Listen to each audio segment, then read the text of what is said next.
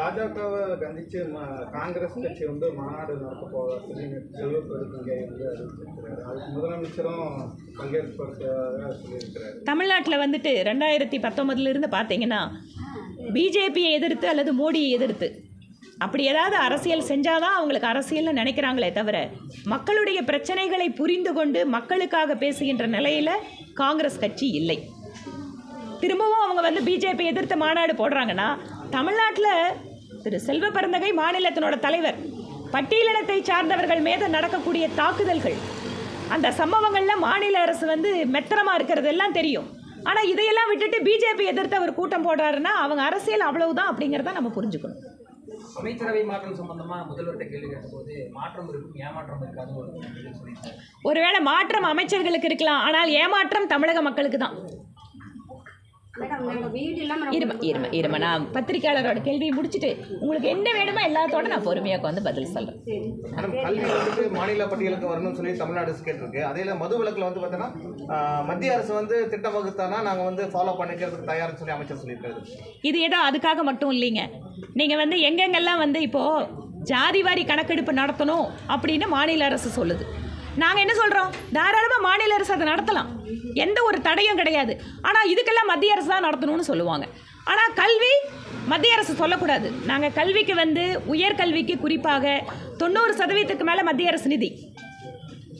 ஆனால் மத்திய அரசு பல்கலைக்கழகங்கள்லையோ இல்லை வந்து நிறுவனங்கள்லையோ நேர்மையான நியமனம் அப்படிங்கிறதோ வெளிப்படையான செயல்பாடுகள் வந்து ஐயோ கல்வி எங்களோட சப்ஜெக்ட் எங்களுக்கு கொடுத்துருங்க அப்படின்னு கேட்குறீங்க.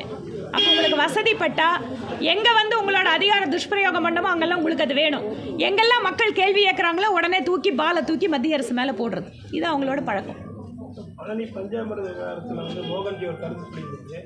அது சம்பந்தமாக பார்த்தீங்கன்னா திமுக அரசு நேற்று அவரை வந்து கைது நடவடிக்கை ஈடுபட்டாங்க. நீதிமன்றத்துக்கு போகும்போது அதில் வந்து முகாந்திரம் இருக்குது அப்படின்னு சொல்லி சொந்த பிணையில் விட்டாங்க. எப்படி கேட்பாங்க? இது பழனி மட்டும் இல்லைங்க, எந்த ஒரு கமெண்ட் போட்டாலும் உடனடியாக வந்து மாநில அரசு என்ன பண்ணுறாங்க, அரெஸ்ட் பண்ணுறாங்க. ஆனால் இங்கே பெண்களுக்கு எதிராக நடக்கிற கொடுமைகள், மற்ற பட்டியலினத்தை சார்ந்தவர்கள் மேலே நடக்கிற கொடுமைகளெல்லாம் கண்டு காணாமல் உட்காந்துட்டு இருக்காங்க. இந்த கவர்மெண்ட்டுக்கு எப்படி இருக்குதுன்னு கேட்டால் யாராவது ஒருத்தன் ஃபேஸ்புக்கில் கமெண்ட் போட்டால் அவனை தூக்கிட்டு போகிறாங்க வெடிய.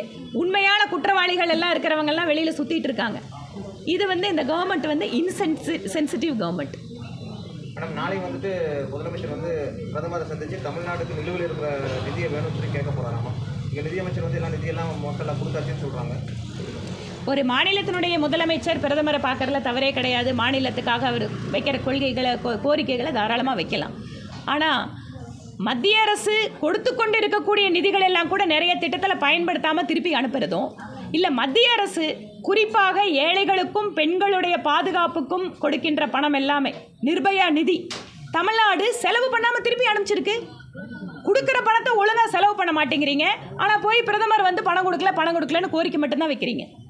ஏன் எத்தனை சென்ட்ரல் கவர்மெண்ட்டோட திட்டத்தில் பணத்தை திட்டத்திற்கு செலவு செய்யாமல் தமிழக அரசு திருப்பி அனுப்பி இருக்கிறது?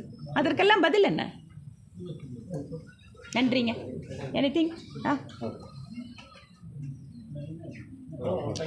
ஒரு விஷயம், மெம்பர்ஷிப் ஒரு பக்கம் போயிட்டு இருந்தால் கூட இன்னைக்கு காலையில் பத்திரிகையில் ஒரு செய்தி கூட வந்திருக்கு.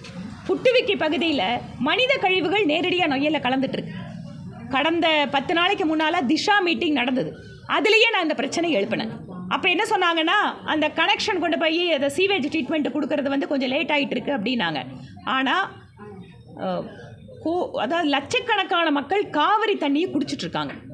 நொய்யல் நதி தண்ணி நேராக காவிரிக்கு தான் போகுது. நொய்யல் நதியில் நேரடியாக மனித கழிவுகள் கலந்துட்டுருக்கு. இது குடிக்கிறவங்களோட நிலைமையை நினச்சி பார்க்கணும். இந்த மாதிரி விஷயங்கள் எல்லாம் அரசு உடனடியாக வேகமாக நடவடிக்கை எடுத்து இந்த புட்டுவிக்கி பகுதியில் இருக்கக்கூடிய அந்த மனித கழிவுகள் கலக்கதை உடனடியாக தடுத்து நிறுத்தணும் அப்படின்னு கோரிக்கை வைக்கிறேன். நான் திஷா மீட்டிங்கில் சொன்னப்போ அந்த ஆஃபீஸர் எந்திரிச்சு பதில் சொல்கிறாரு, அது அப்படி தான் போகுங்கிறாரு. ரொம்ப அதிர்ச்சிகரமாக இருக்குது. இந்த தண்ணியை நம்ம குடிச்சிட்ருக்கோம்.